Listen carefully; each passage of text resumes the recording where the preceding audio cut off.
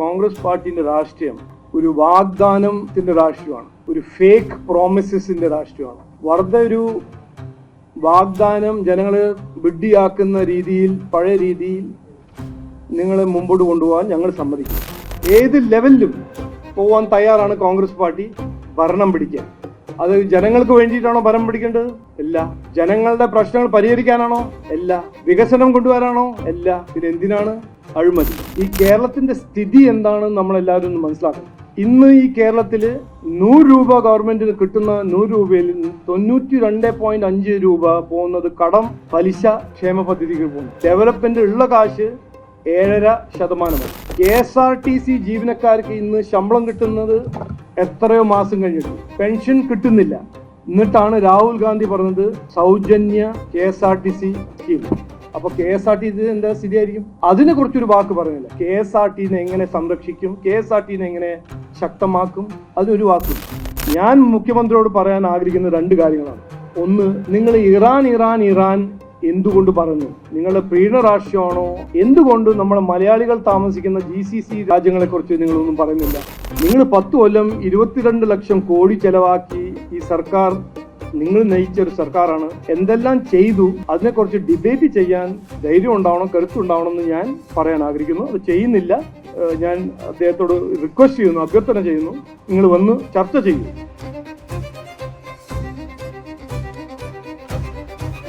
നമസ്കാരം. ഇക്കഴിഞ്ഞ ദിവസം കേരളത്തിൽ രാഹുൽ ഗാന്ധിയുടെ 5 വമ്പൻ പ്രഖ്യാപനങ്ങളാണ് ഉണ്ടായത്. സ്ത്രീകൾക്ക് സൗജന്യ ബസ് യാത്രയും ക്ഷേമ പെൻഷൻ 3000 രൂപയും അടക്കം 5 ഗ്യാരണ്ടികളാണ് രാഹുൽ ഗാന്ധി പ്രഖ്യാപിച്ചത്. എന്തായാലും ഈ ഒരു വിഷയത്തിൽ ഇപ്പോൾ BJPയുടെ സംസ്ഥാന അധ്യക്ഷനായ ശ്രീ രാജീവ് ചന്ദ്രശേഖർ മാധ്യമങ്ങളോട് പ്രതികരിക്കുകയാണ്. ഞാനിന്ന് ഒരു 2-3 കാര്യങ്ങൾ പറയാനാണ് എല്ലാവരും വിളിച്ചിരിക്കുന്നത്. ആദ്യമായിട്ട് നമ്മൾ ഇന്നലെ രാഹുൽ ഗാന്ധിന്റെ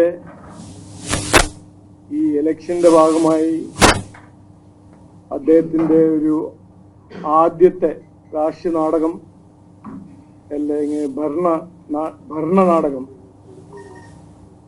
നമ്മളെല്ലാവരും ഇന്നലെ കണ്ടു. ടെക്നോ പാർക്കിൽ അദ്ദേഹം പോയി കുറച്ച് കാര്യങ്ങൾ അവിടെ പറഞ്ഞു. പിന്നെ കോൺഗ്രസിന്റെ ഒരു 5 പോയിന്റിന്റെ വാഗ്ദാനങ്ങൾ, അത് ഇന്ദിരാ ഗ്യാരണ്ടി എന്ന പേരിൽ അദ്ദേഹം അവിടെ പ്രഖ്യാപിച്ചു. ഇതിനെക്കുറിച്ച് ഒരു ചർച്ച നടക്കണം. നമ്മളെല്ലാവരും ഇത് പരിശോധിക്കണം. കോൺഗ്രസ് പാർട്ടിന്റെ രാഹുൽ ഗാന്ധി ഏറ്റെടുത്ത് കഴിഞ്ഞിട്ട് കോൺഗ്രസ് പാർട്ടിന്റെ രാഷ്ട്രീയം ഒരു വാഗ്ദാനത്തിന്റെ രാഷ്ട്രീയമാണ്, ഒരു ഫേക്ക് പ്രോമിസസിന്റെ രാഷ്ട്രീയമാണ്. ഇപ്പോ ഇത് കേരളത്തിൽ നടക്കുന്നത് ആദ്യമായിട്ടല്ല കോൺഗ്രസ് ചെയ്യുന്നത്. അവര് ബീഹാറിൽ ചെയ്തു, മഹാരാഷ്ട്രയിൽ ചെയ്തു, ഡൽഹിയിൽ ചെയ്തു, 2024 ലോക്സഭ ഇലക്ഷനിൽ ചെയ്തു, ഹിമാചൽ പ്രദേശിൽ ചെയ്തു, തെലങ്കാനയിൽ ചെയ്തു, കർണാടകയിൽ ചെയ്തു. പക്ഷെ ഇന്ന് അതൊന്ന് പരിശോധിക്കണം. ഞാൻ പറഞ്ഞല്ലോ, ഈ ഇലക്ഷനിൽ ഏത് പൊളിറ്റിക്കൽ പാർട്ടിയാണെങ്കിൽ വെറുതെ പറഞ്ഞു ഓടിപ്പോവാൻ ഞങ്ങൾ സമ്മതിക്കില്ല. നിങ്ങൾക്കൊരു കാഴ്ചപ്പാട്, നാടിനെ നന്നാക്കാനോ നാടിന് ജനങ്ങളെ പ്രശ്നങ്ങൾ പരിഹരിക്കാനോ ഒരു കാഴ്ചപ്പാടോ ഐഡിയ ഉണ്ടെങ്കിൽ അതിനെക്കുറിച്ച് ചർച്ച ചെയ്യണം. വെറുതെ ഒരു വാഗ്ദാനം ജനങ്ങളെ വിഡ്ഢിയാക്കുന്ന രീതിയിൽ, പഴയ രീതിയിൽ നിങ്ങളെ മുമ്പോട്ട് കൊണ്ടുപോകാൻ ഞങ്ങൾ സമ്മതിക്കില്ല. അപ്പോൾ രാഹുൽ ഗാന്ധിന്റെ കോൺഗ്രസ് പാർട്ടിന്റെ ട്രാക്ക് റെക്കോർഡ് എന്താണെന്ന് നമ്മളൊന്ന് ഇന്ന് പരിശോധിക്കണം, പഠിക്കണം. രാഹുൽ ഗാന്ധിന്റെ കോൺഗ്രസ് ഭരിക്കുന്ന തെലങ്കാനയിൽ ഇന്ന് എന്താണ് സ്ഥിതി? ജനങ്ങൾ വിശ്വസിച്ചു, അവർക്കൊരു അവസരം കൊടുത്തു, അവരുടെ വാഗ്ദാനങ്ങളെല്ലാം വിശ്വസിച്ച് ഒരു അവസരം കൊടുത്തു. തെലങ്കാനയുടെ മുഖ്യമന്ത്രി പറയുന്നു, ശമ്പളം കൊടുക്കാൻ കാശില്ല, കടം വാങ്ങിച്ചിട്ട് മാത്രമേ ഞങ്ങൾക്ക് ശമ്പളം കൊടുക്കാൻ പറ്റുന്നുള്ളൂ. തെലങ്കാന സർക്കാർ ഫാം ലോൺ വേവർ പ്രഖ്യാപിക്കുന്നു, പക്ഷെ അവിടുത്തെ കർഷകർക്കൊന്നും കാശ് കിട്ടുന്നില്ല. തെലങ്കാന സർക്കാരിന്റെ ഫൈനാൻസ് ഡിപ്പാർട്ട്മെന്റ് ലോൺ വേവറിന് കാശ് എവിടുന്ന് കിട്ടും എന്ന് അവർക്ക് അത് കിട്ടുന്നില്ല. എങ്ങനെയാണ് അത് റേസ് ചെയ്യേണ്ടതെന്ന് അവർക്ക് തന്നെ അറിയില്ല. കോൺഗ്രസ് ഭരിക്കുന്ന ഹിമാചൽ പ്രദേശിൽ ശമ്പളം, സർക്കാർ ജീവനക്കാരുടെ ശമ്പളം 2-3 മാസം ഡിലേ, പെൻഷൻ 6-7-8 മാസം കഴിഞ്ഞിട്ടാണ് കിട്ടുന്നത്. കർണാടക കോൺഗ്രസ് ഈ ഗ്യാരണ്ടി പറഞ്ഞിട്ട് ജനങ്ങളെ ശ്രദ്ധ തിരിച്ച് വിഡ്ഢിയാക്കി ഭരണം പിടിച്ച ഒരു സംസ്ഥാനമാണ് കർണാടക. അവിടെ ഡെവലപ്മെന്റിന് കാശില്ലാന്ന് അവിടുത്തെ ഡെപ്യൂട്ടി മുഖ്യമന്ത്രി പറയുന്നു. കോൺഗ്രസിന്റെ ഈ ഫേക്ക് പ്രോമിസസ്, ഇത് ഇലക്ഷന് മാത്രം ജനങ്ങളെ വിഡ്ഢിയാക്കുന്ന ഉറപ്പുകൾ അല്ലെങ്കിൽ വാഗ്ദാനങ്ങൾ, അത് അവര് ഇതിനു മുമ്പും പല സംസ്ഥാനത്തിൽ പറഞ്ഞിട്ടുണ്ട്. അതിന്റെ പേരിൽ വോട്ട് നേടിയിട്ടുണ്ട്.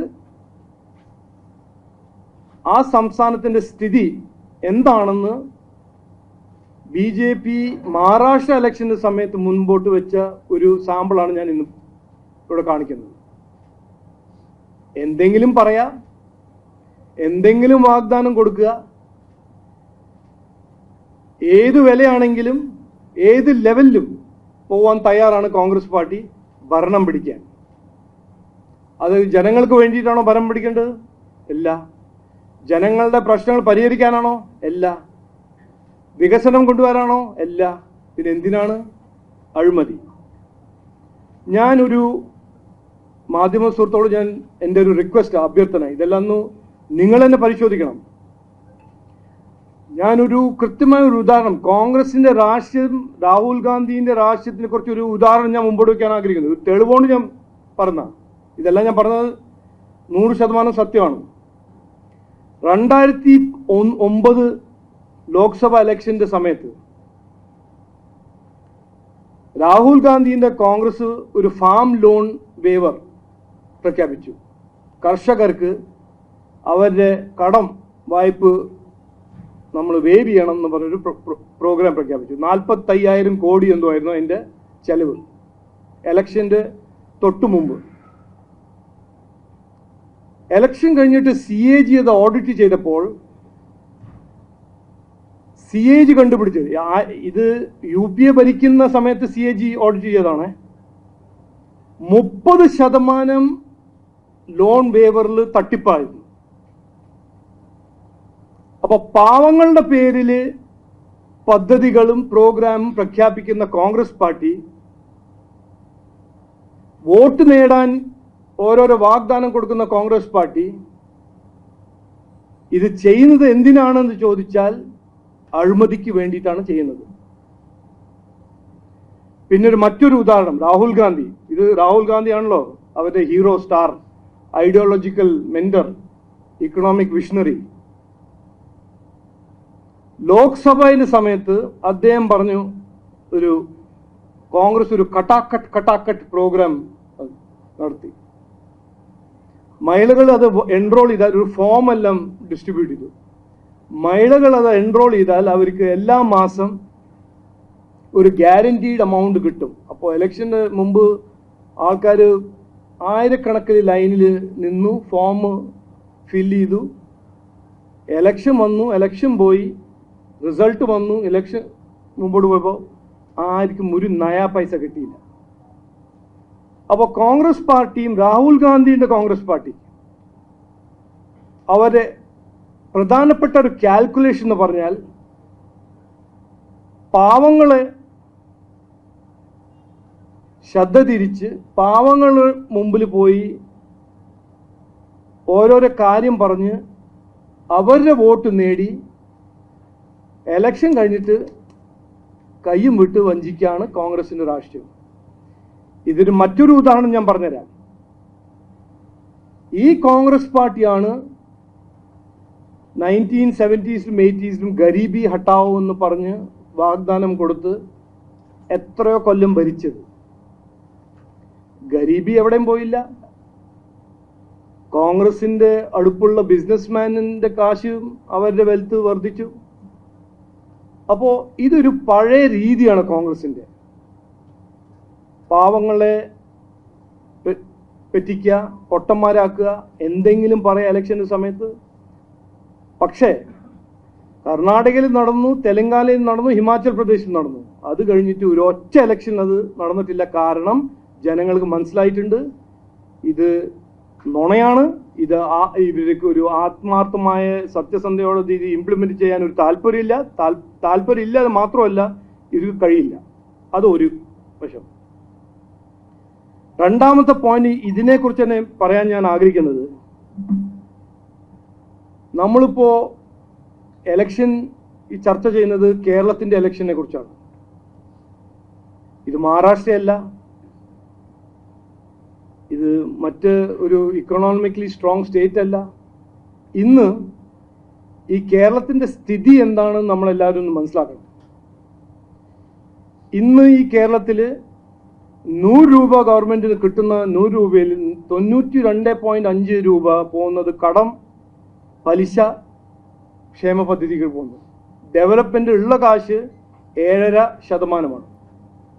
അതുകൊണ്ടാണ് KSRTC ജീവനക്കാർക്ക് ഇന്ന് ശമ്പളം കിട്ടുന്നത്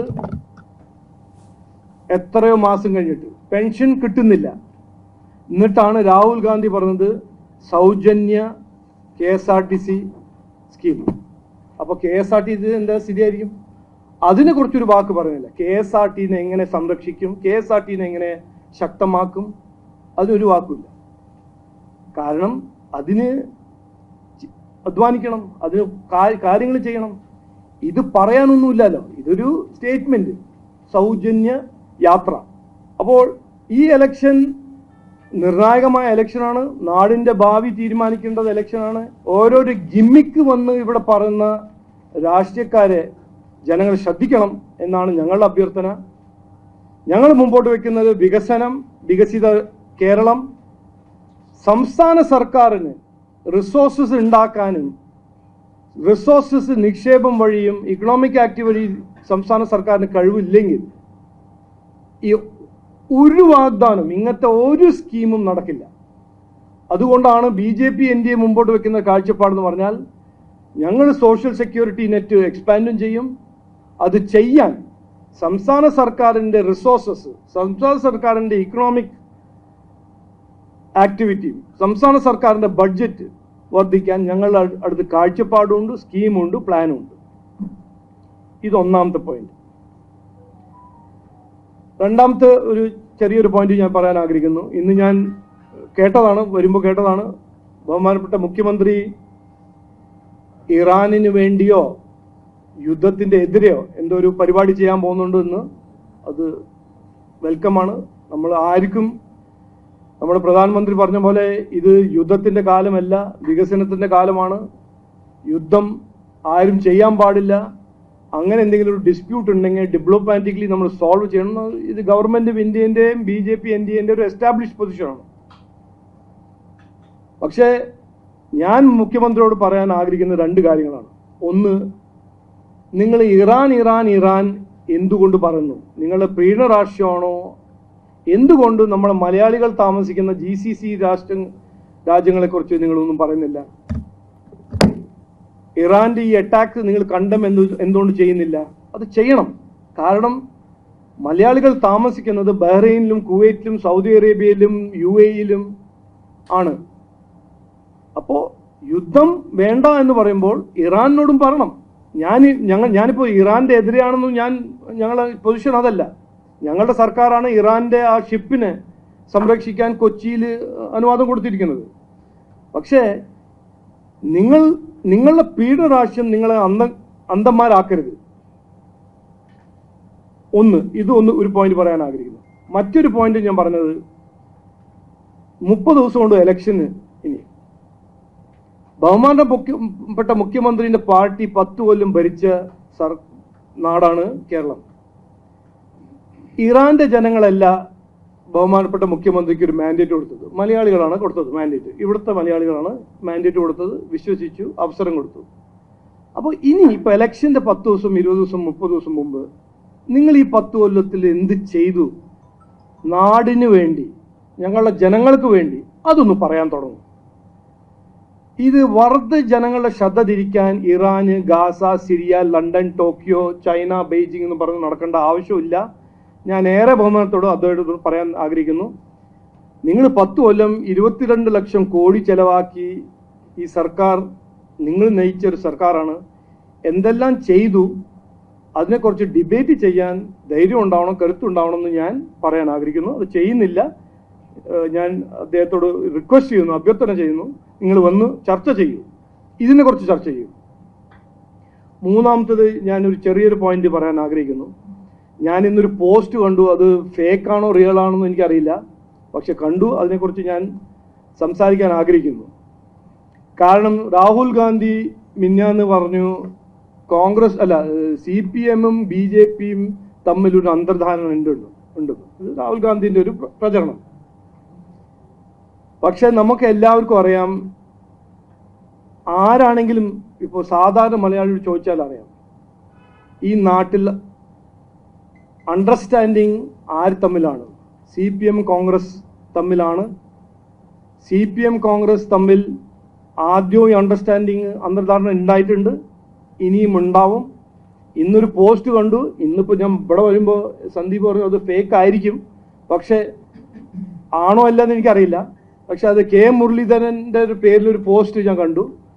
ഞങ്ങൾ ഒരുമിച്ച് BJP-നെ തോൽപ്പിക്കും എന്നൊരു ആശയം, ഒരു ഫീലിംഗ്. ഞാനത് അങ്ങനെ ആണെങ്കിൽ, അത് സത്യമാണോ തെറ്റാണോ എന്ന് എനിക്കറിയില്ല, അത് ഫോൾസ് ആണോ ഫേക്ക് ആണോ എന്ന് എനിക്കറിയില്ല. പക്ഷേ അങ്ങനെ ഒരു ആലോചനയും ചിന്തയും CPM കോൺഗ്രസിൽ ഉണ്ടെന്ന് എനിക്ക് ഉറപ്പുണ്ട്. കാരണം ഞങ്ങൾ ലോക്കൽ ബോഡി ഇലക്ഷൻ കണ്ടതാണ്. അതിനെക്കുറിച്ച് ഞാൻ പറയാൻ ആഗ്രഹിക്കുന്ന ഇതാണ്, ഈ ഇലക്ഷനിൽ എന്ത് കസറത്ത് CPM-ഉം കോൺഗ്രസ് ചെയ്താലും, എന്ത് പൊളിറ്റിക്കൽ തന്ത്രം ചെയ്ത് ഞങ്ങളെ തോൽപ്പിക്കാൻ ശ്രമിച്ചാലും, ജനങ്ങൾ തീരുമാനിക്കും അവരുടെ ഭാവി ഈ 2 പാർട്ടിന്റെ കയ്യിൽ കൊടുക്കണോ, ഒരു പുതിയ മാറ്റം വേണമെന്ന് ജനങ്ങൾ തീരുമാനിക്കാൻ പോകുന്നു. അത് നിങ്ങൾ ഇങ്ങനെ പറയുമ്പോഴും ആലോചിക്കുമ്പോൾ ജനങ്ങൾക്ക് ഒരു വെല്ലുവിളി കൊടുക്കുകയാണ് നിങ്ങൾ. ഈ വിലക്കയറ്റം, ഈ തൊഴിലില്ലായ്മ, ഈ അഴിമതി, ഈ ശബരിമല കൊള്ള തുടരും എന്ന് പറയുന്ന LDF-ഉം UDF-ന് ഞാൻ മനസ്സിലാക്കുന്നത് ജനങ്ങൾ അവരെ പുറത്താക്കും. ഒരു രാഷ്ട്രീയ മാറ്റം വേണം, രാഷ്ട്രീയത്തിലൊരു മാറ്റം വേണം, രാഷ്ട്രീയ സംസ്കാരത്തിലൊരു മാറ്റം വേണം എന്നാണ് ജനങ്ങളുടെ ആവശ്യം, ജനങ്ങളുടെ ആഗ്രഹം. ഇത് മാത്രമാണ് 3 പോയിന്റ് പറയാനുള്ളത്. എന്തായാലും രാഹുൽ ഗാന്ധിയുടെ ഈ 5 വമ്പൻ പ്രഖ്യാപനങ്ങൾ ഒന്നും തന്നെ നടപ്പിലാക്കാൻ കോൺഗ്രസിൻ്റെ സർക്കാരിന് സാധിക്കില്ല എന്നാണ് രാജീവ് ചന്ദ്രശേഖർ നമ്മളോട് വ്യക്തമാക്കുന്നത്. ക്യാമറമാൻ അഖിൽ അശോകിനൊപ്പം അമൽ രുദ്ര, മറുനാടൻ മലയാളി, തിരുവനന്തപുരം.